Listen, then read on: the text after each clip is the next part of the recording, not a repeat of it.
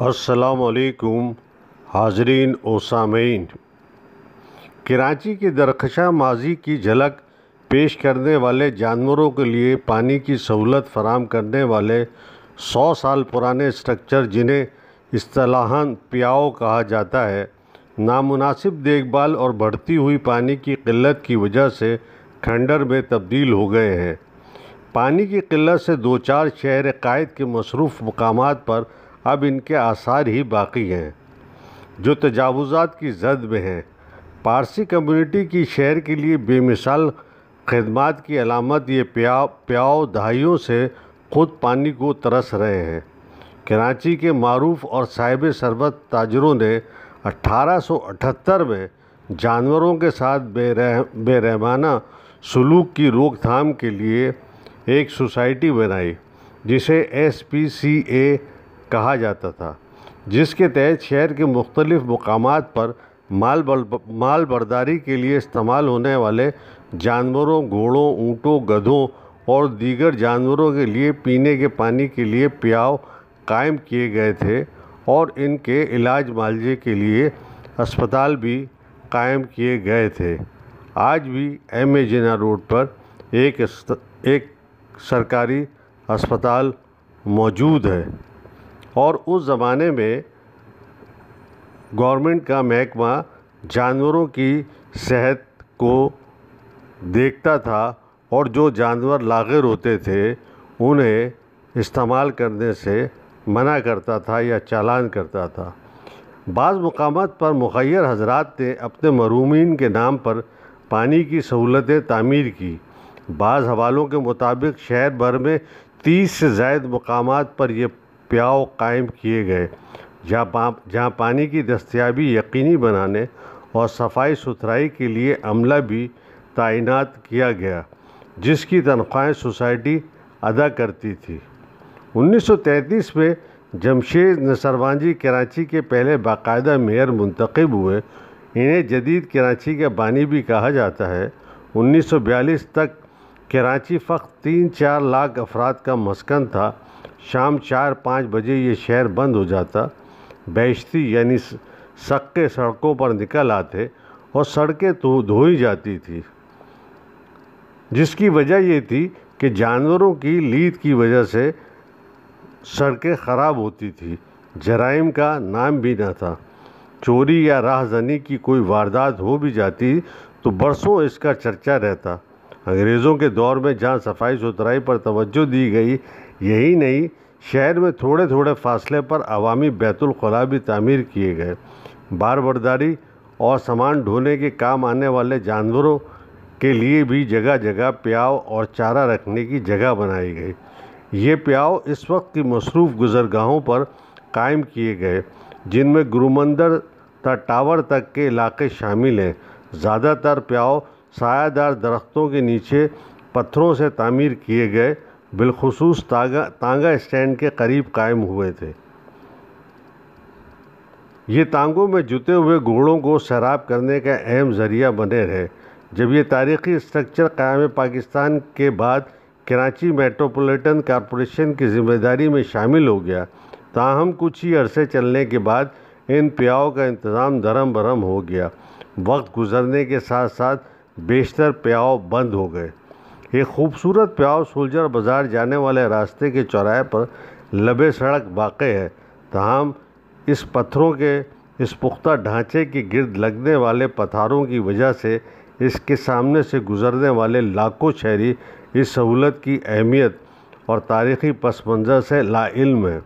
اس کے اطراف گنے کے جوس کی مشین اور پھلوں کے جوس کے ٹھیلے لگے ہوئے ہیں۔ عقبی حصے میں بھی تجاوزات قائم ہیں کہ الیکٹرک اس تاریخی پیاؤ کی دیوار پر بجلی کے میٹر نصب کر کے تجاوزات کو مستقل حیثیت فراہم کر دی ہے۔ سولجر بازار میں 1924 میں تعمیر ہونے والی یہ سہولت فریم روس سے منسوب کی گئی، جنہوں نے 1878 سے 1921 تک سوسائٹی کے اعزازی سیکرٹری جنرل کے طور پر خدمات انجام دی۔ اس عہد کو کراچی کا درخشاں ماضی کہا جاتا ہے۔ تو غلط نہ ہوگا۔ سولجر بازار میں تعمیر ہونے والی پانی کی سہولت کا انتظام 3 نسلوں سے ایک خاندان کے سپرد تھا۔ وہ برٹش گورنمنٹ کے دور سے اس سہولت کا انتظام چلا رہے تھے۔ مخیر پارسی خاندان اس مقام پر پانی کی سہولت بحال کرنے کا فیصلہ کیا اور پاکستان آمد پر پانی کے کنیکشن اور موٹر نصب کرنے کے علاوہ ڈھانچے کی مرمت کا کام دوبارہ کروایا۔ انہوں نے اپنے خرچ سے عمارت پر رنگ و روغن بھی کروایا۔ میری ویدر ٹاور سے آگے نیٹی جیٹی پل پر چڑھنے سے قبل فٹ پاتھ پر ایک بے نام سبیل بھی ارباب اختیار اور تہذیبی ورثے کے قدردانوں کی توجہ کی منتظر ہے، جو چوکنڈی کی قبروں کی بناوٹ سے مشابہت رکھتی ہے۔ اس پانی کی سبیل کو فن تعمیر کا شاہکار کہا جائے تو غلط نہ ہوگا۔ محرابی جھروکے میں پانی کا سوکھا جھرنا کسی وقت بندرگاہ تک باربرداری کرنے والے جانوروں کو سیراب کرتا ہوگا، یا پھر یہاں سے گزرنے والی تھکن سے چور مزدور اپنی پیاس بجھاتے ہوں گے۔ تاہم کئی دہائیوں تک لاکھوں نفوس کو تر و تازہ رکھنے والی یہ سہولت اب خود برسوں سے پیاسی کھڑی ہے۔ شہر کی اہم ترین شاہراہ پر قائم اس پیاؤ کو بھی بری طرح نظر انداز کیا گیا ہے۔ اس کو چاروں جانب خوبصورت ستون کندہ ہیں۔ منزل بہ منزل چھت کے نیچے پتھر کی دیدہ زیب جالیاں آج بھی اس خطے کے سنگ تراشوں کی مہارت کا خراج وصول کرتی نظر آتی ہیں۔ اس کے چاروں جانب خاص ڈیزائن کی 4 دیواری بھی قائم ہے، جس میں گولائی کی شکل میں نیچے کی جانب محرابیں بنی ہوئی ہیں۔ پانی کی اس سہولت کے اندر گندے کپڑوں کی گٹھیاں رکھی ہوئی ہیں، جو یقیناً یہاں شب بسری کرنے والے افراد نے رکھی ہیں۔ در حقیقت یہ اسٹرکچر ایک فراموش کردہ فن پارہ ہے، جسے بحال کر کے آنے والی نسلوں کو شہر کے شاندار ماضی سے روشناس کرایا جا سکتا ہے۔ گرو مندر پر کے ایم سی پارک کے عقب میں قائم 125 سال پرانے پیاؤ سے پانی کی فراہمی اب بھی جاری ہے۔ خوش قسمتی سے شہر میں موجود واحد سہولت ہے جس سے پانی کی فراہمی اب بھی جاری ہے۔ یہ سہولت 1 ستمبر 1893 کو دولت مند پارسی شہری بیرام جی ایڈل جی نے اپنے والدین کے نام سے تعمیر کی۔ اس سہولت کی دیکھ بھال 81 سالہ عبدالرحمن کر رہے ہیں اور انہوں نے ہی کئی مرتبہ منقطع ہونے والا پانی کا کنیکشن خود اپنے خرچے پر بحال کرایا۔ اگرچہ پیاؤ پر درج عبارت میں نہانے اور کپڑے دھونے کو ممنوع قرار دیا گیا ہے، تاہم شہر میں پانی کی قلت کی وجہ سے اس جگہ مزدور اور محنت کش نہاتے ہیں اور چھوٹی گاڑیاں بھی دھوئی جاتی ہیں۔ پانی کا یہ پیاؤ عام شہریوں کے لیے ایک سہولت ہے۔